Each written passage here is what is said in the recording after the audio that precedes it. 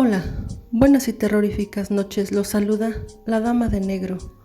En esta ocasión les traigo una historia enviada por una suscriptora llamada El Hijo del Carnicero. Esta historia me la contó mi mamá. Esto le pasó a uno de sus hermanos, mi tío Rubén. Él tenía 10 años, era uno de los hermanos más grandes, era un chico muy trabajador. Él ayudaba en las labores del campo, en la casa y en la carnicería de su papá, mi abuelo. Vendían carne en una mesa. Esto pasó en Puente de Ixtla, de donde son originarios. Un día llegó una señora al puesto a pedir varias cosas fiadas, pero como Rubén, mi tío, estaba solo en el puesto y no la conocía, le dijo que no podía fiar, que regresara cuando estuviera su mamá o trajera el dinero.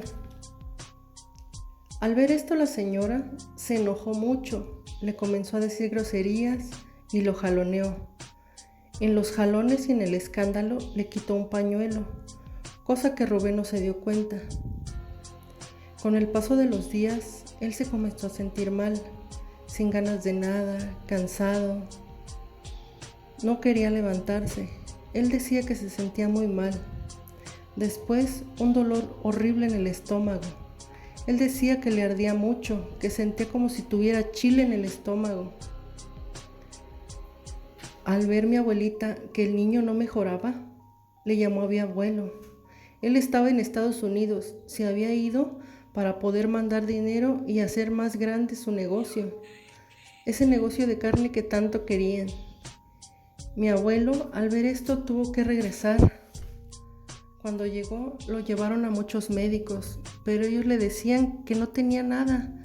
Y así fueron de médico en médico, incluso fueron a Cuernavaca y Ciudad de México, pero todo fue en vano. El niño no mejoró. Tuvieron que vender lo poco que tenían para solventar los gastos de los medicamentos y así poder mitigar un poco el dolor que el niño sentía. Un día llegó una de las comadres de mi abuelita. Ella le recomendó un señor que hacía trabajos y esas cosas de brujería. Fueron como la última esperanza que tenían. El señor les dijo que el niño estaba maldecido y que lo tenían enterrado, pero que él ya no podía hacer nada, desafortunadamente.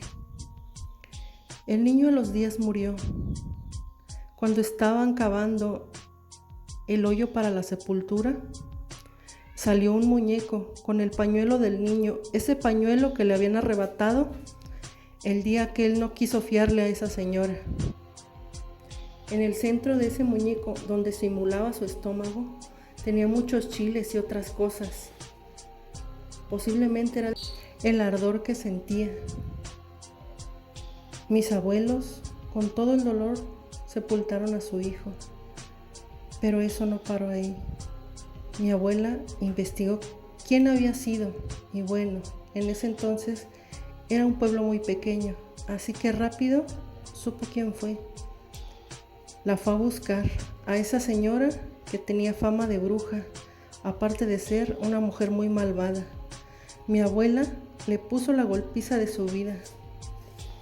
Después de eso, mi abuela fue a la cárcel y tuvieron que pedir prestado y endeudarse para poderla sacar.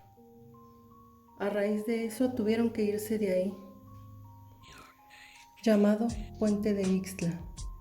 Cayendo y levantando mis abuelos con sus otros hijos, mi mamá y otras 2 tías, pasando carencias y hasta hambres, un día llegaron a un lugar llamado Zacatepec. Ahí mi abuelo encontró un trabajo de carnicero. Un día, una señora llegó ahí al trabajo de mi abuelo. Esa señora vendía boletos de lotería. Le insistió mucho a mi abuelo para que le comprara un boleto. Mi abuelo no quería porque no tenía para gastar en otras cosas que no fuera para la comida. Pero al final terminó por comprárselo.